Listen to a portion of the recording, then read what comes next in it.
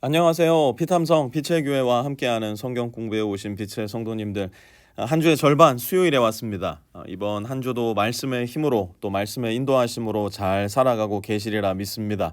오늘도 말씀 가운데서 우리가 배우고 익히고 또 순종하며 따라가야 할 하나님의 길을 잘 발견할 수 있었으면 좋겠는데요. 제가 기도하고 오늘 말씀 공부 시작하겠습니다. 하나님 아버지 감사합니다. 어느덧 수요일입니다. 하루하루 나는 무엇을 바라보고 무엇을 의지하고 무엇을 신뢰하며 살아가는지를 돌아봅니다. 우리가 어디에서 어떤 일을 하며 누구와 살고 있든 우리 모두가 생명의 말씀을 의지하며 살아가게 하시고 말씀에서 우러나오는 그 신선하고 청량한 생명의 생수를 들이키고 오늘 하루를 살아갈 힘과 오늘을 걸어갈 삶의 방향을 분명히 찾게 하여 주십시오. 예수님의 이름으로 기도합니다. 아멘. 오늘은 사무엘상 23장 1절에서 6절까지 말씀 함께 공부해 보려고 하는데요. 1절 말씀부터 함께 보도록 하겠습니다. 우리 같이 한번 읽어봅시다. 시작. 다윗은 블레셋 사람이 그일라를 치고 타작한 곡식을 마구 약탈하여 간다는 소식을 들었다. 여러분 어제 본문 기억나세요? 다윗이 지금 거하고 있는 장소가 어디입니까? 아둘람 굴 속이었어요. 그런데 이 아둘람 굴 속에까지 어떤 소식이 들려오느냐. 블레셋 사람이 그일라를 치고 타작한 곡식을 마구 약탈해 간다는 소식이 들려옵니다. 이 그일라라는 마을은 이스라엘에 위치하고 있었던 여러 작은 마을 중 하나였는데요. 지금 이스라엘 영토가 침범당하고 약탈당하고 있던 상황이었어요. 자, 그렇다면 이 그일라가 침범당하고 약탈당하는 일을 바로잡고 수습해야 할 책임은 누구에게 있었을까요? 당연히 사울 왕에게 있었던 겁니다. 사울 왕에게 그일라를 구해야 할 책임이 있고 이 상황을 바로잡아야 할 의무가 있었던 겁니다. 그런데 지금 사울 왕은 뭘 하느라 바쁩니까? 다윗 한 사람을 쫓아다니고 다윗 한 사람을 죽이는 것이 사울 왕의 미션이 되어버린 상황이었어요. 그러다 보니 그일라는 계속해서 블레셋 사람에 의해서 약탈을 당했고 그 소식이 마침내는 아둘람 굴 속에 거하고 있었던 다윗의 귀에까지 들려온 겁니다. 그래서 다윗은 이렇게 합니다. 2절 보시죠. 그래서 다윗은 주님께 여쭈었다. 내가 출전하여 이 블레셋 사람을 쳐도 되겠습니까? 그러자 주님께서 다윗에게 허락하셨다. 그렇게 하여라. 어서 출전하여 블레셋 족속을 치고 그일라를 구해주도록 하여라. 자, 다시 한번 잘 보세요. 지금 다윗은 어디에 있었다고요? 아둘람 굴 속에 있었어요. 그리고 누구와 함께 있었다고요? 월요일 본문에 보니까 압제를 받던 사람들, 빚에 시달리던 사람들, 원통하고 억울한 일을 당한 사람들. 한마디로 말하자면 이런 사람들 어떤 사람들이에요? 오합 지졸입니다. 블레셋 적군과 맞서 싸워 이길 만한 힘을 전혀 갖지 못한 사람들과 다윗은 함께 있었던 거예요. 그럼에도 불구하고 다윗은 무엇을 한 겁니까? 주님께 여쭌 게 뭐예요? 다윗은 기도를 한 겁니다. 뭐라고 기도를 했어요? 하나님, 제가 출전하여서 이 블레셋 사람을 쳐도 되겠습니까? 여러분, 다윗에게는요, 머릿수가 중요하지 않았어요. 군사력이 중요하지도 않았고요. 전략도 별로 중요하지 않았어요. 다윗에게 있어 가장 중요한 것은 무엇인가? 기도를 함으로써 확인을 하는 겁니다. 이 전쟁에 하나님께서 with God, 하나님께서 우리와 함께 하시는가? 이 전쟁이 하나님이 치루시는 전쟁인가? 오직 다윗의 관심은 사실 하나님 한 분에게 있었던 겁니다. 사울 왕이 다윗을 바라보고 있던 그때에 다윗은 하나님 한 분만을 바라보고 있었던 거예요. 그러니 다윗은 나에게 군사가 얼마나 있나, 이들이 얼마나 훈련된 정예병인가 이런 거 살피지 않았어요. 하나님, 제가 출전해서 이 블레셋 사람을 쳐도 되겠습니까? 하나님의 허락을 먼저 구하며 기도했던 겁니다. 여러분, 우리는 오늘날 우리 앞에 칼이나 총을 들고 서서 생명을 위협하는 적군 앞에 마주치게 되는 경우는 거의 없을 거고요. 우리 모두가 하나님 앞에 서게 되는 그날까지 그런 생명의 위협은 없기를 저는 진심으로 바라고 기도합니다. 하지만 우리에게도 날마다의 삶 가운데 주어지는 크고 작은 전쟁들은 여전히 일어납니다. 내가 이 세상을 살 때, 내가 오늘 하루의 일상을 살 때 어떻게 살까?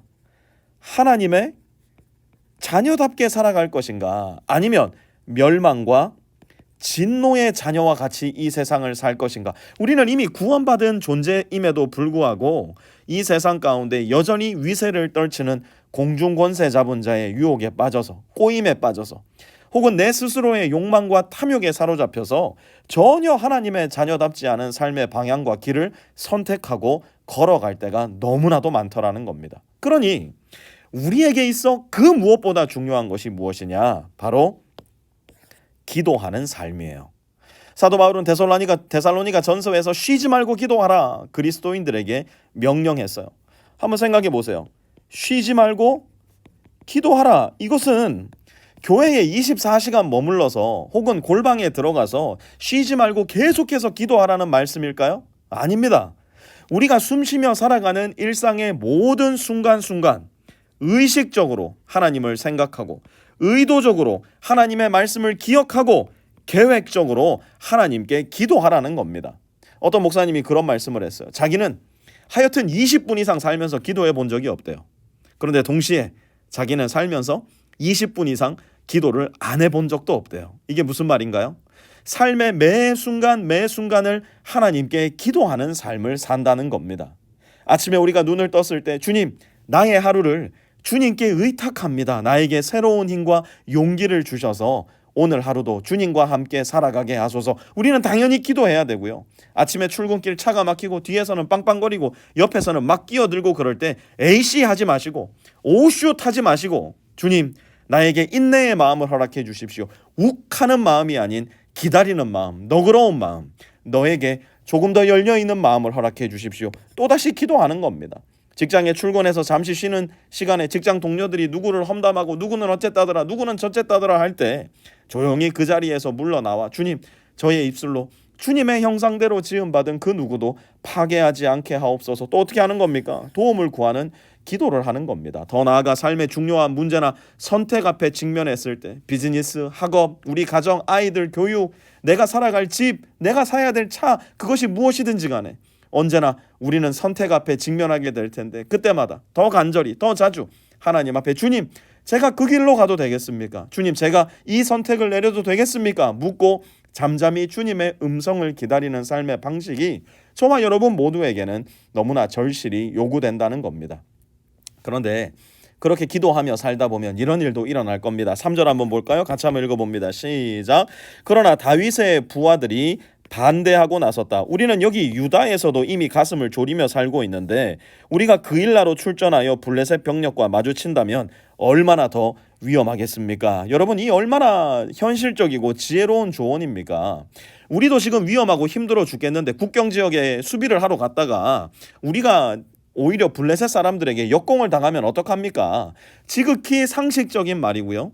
상황에 따라서는 너무나 지혜로운 조언처럼 들리기도 합니다. 하지만 다윗이 가장 먼저 귀 기울였던 대상은 그의 부하들, 그의 참모들, 그의 동료들이 아니었어요. 그는 또다시 이렇게 하는데요. 4절 볼까요? 다윗이 주님께 다시 여쭈어 보았다. 그런데도 주님께서 똑같이 대답하셨다. 너는 어서 그일라로 가거라. 내가 블레셋 족속을 너의 손에 넘겨주겠다. 다윗이 무엇을 한 겁니까? 다윗은 다시 기도한 겁니다. 다시 하나님으로부터 확증의 말씀을 들은 겁니다. 여러분, 우리가 하나님의 말씀을 계속해서 읽고 묵상하고 그 말씀에 순종하는 연습을 해나가야 되는 이유가 바로 여기에 있는 겁니다. 하나님의 말씀은요, 거대한 옷감과도 같아요. 거기에는 다양한 색채가 있고요, 심지어 다양한 질감이 있기도 합니다. 하지만 옷 한 벌 전체가 아주 기가 막힌 통일성을 갖고 있는 것처럼 하나님의 말씀은 언제나 전체적인 통일성, 통전적인 일체성을 가지고 있어요. 하나님의 말씀과 깊이 교제할 때 우리는 하나님의 말씀 안에 깃든 이 통일성과 일체성을 가지고 하나님의 마음, 하나님의 뜻을 파악하고 알아채고 더 나아가 순종하는 사람이 되는 겁니다. 세상 사람들이 다 아니라고 해도 세상의 유행과 문화가 하나님 나라의 유행과 문화를 정면으로 거스른다 해도, 너무나 예민하고 아슬아슬한 문제라 이건 그냥 모른 척해도 하나님도 모르시겠다 싶어도 하나님의 말씀에 익숙한 사람, 하나님의 말씀에 깊숙이 젖어 있는 사람은 기도로 하나님께 나아갈 때 하나님이 요구하시고 하나님께서 말씀하시는 그 길을 반드시 찾고 반드시 그 길로만 걸어갈 수 있게 되는 겁니다. 사랑하는 성도 여러분, 옛날 복음성가의 가사, 우리 교회에서도 가끔씩 하는 찬양 있잖아요. 오늘 집을 나서기 전 뭐 했냐고요? 기도했나요? 그 다음 보니까 어려운 시험 당할 때 뭐 했냐고요? 또 기도했냐고 묻잖아요. 오늘 받을 은총 위에 기도했나요? 여러분 기도하셨습니까? 기도는 하나님과 우리 사이에 이어진 기가 막힌 탯줄과도 같은 것이에요. 무슨 일을 만나든지 누구와 함께 하든지 모든 것 위에 계시는 하나님과 이 기도로 단단하게 고정되고 연결되어서 하나님의 뜻을 이 세상 가운데 이루고 펼치고 완성시키며 살아가는 우리 모든 빛의 성도님들 되시기를 바랍니다.